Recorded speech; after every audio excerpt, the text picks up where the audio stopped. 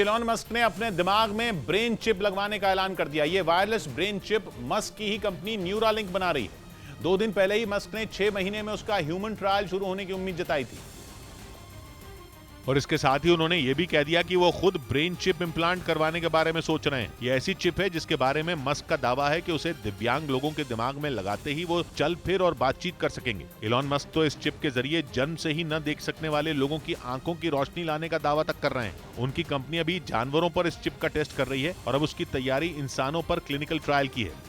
इधर चुनावी रैली के दौरान विवादास्पद बयान देने पर समाजवादी पार्टी के नेता आजम खान पर एक और मुकदमा दर्ज हो गया। आजम खान ने हाल ही में आरोप लगाया था कि राज्य सरकार उन्हें परेशान कर रही है और रामपुर में रैली के दौरान उन्होंने ऐसी टिप्पणी कर दी थी जिस पर विवाद खड़ा हो गया।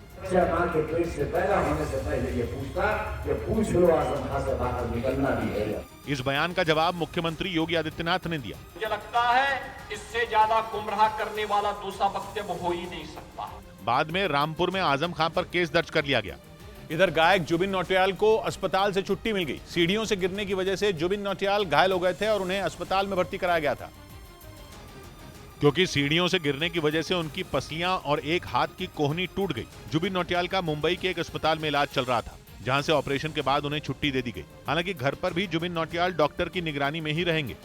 इस बीच 4 बार की चैंपियन जर्मनी की टीम फुटबॉल वर्ल्ड कप से बाहर हो गई। हालांकि जर्मनी ने अपने आखिरी मुकाबले में कोस्टा रिका को हरा दिया, लेकिन गोल करने में वो स्पेन की टीम से पिछड़ गई। स्पेन और जर्मनी के 4-4 पॉइंट थे, लेकिन स्पेन ने 3 मैच में 9 गोल किए तो जर्मनी 6 गोल करने में ही कामयाब हो पाई, जिसकी वजह से जर्मनी फीफा वर्ल्ड कप से बाहर हो गई।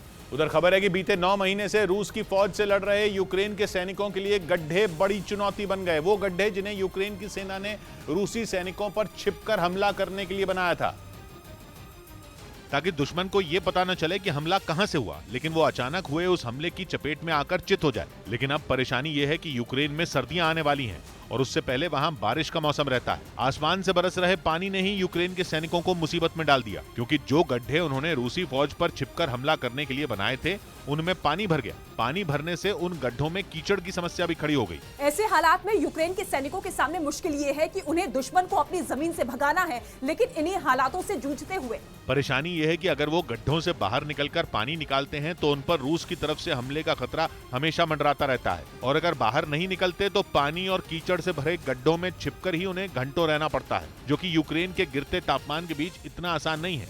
इधर जर्मनी से हैरान करने वाला मामला सामने आया। वहां एक अस्पताल में वेंटिलेटर की आवाज बंद करने के लिए एक बुजुर्ग महिला ने मरीज की जान खतरे में डाल दी।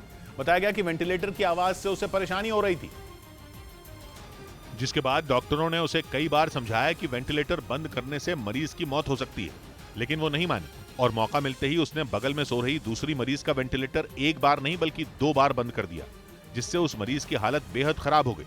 वो मरने की हालत में पहुंच गई। बताया गया कि अगर डॉक्टरों ने वेंटिलेटर का स्विच ऑन करने में और फिर उसका इलाज करने में जरा भी देर की होती तो 79 साल की उस महिला का बच पाना मुश्किल था। खबर है कि मरीज की हालत अब खतरे से बाहर है, लेकिन इस घटना के बाद अस्पताल प्रशासन ने पुलिस से उस आरोपी महिला की शिकायत कर दी, जिसके बाद पुलिस ने हत्या की कोशिश के आरोप में उसे गिरफ्तार कर लिया।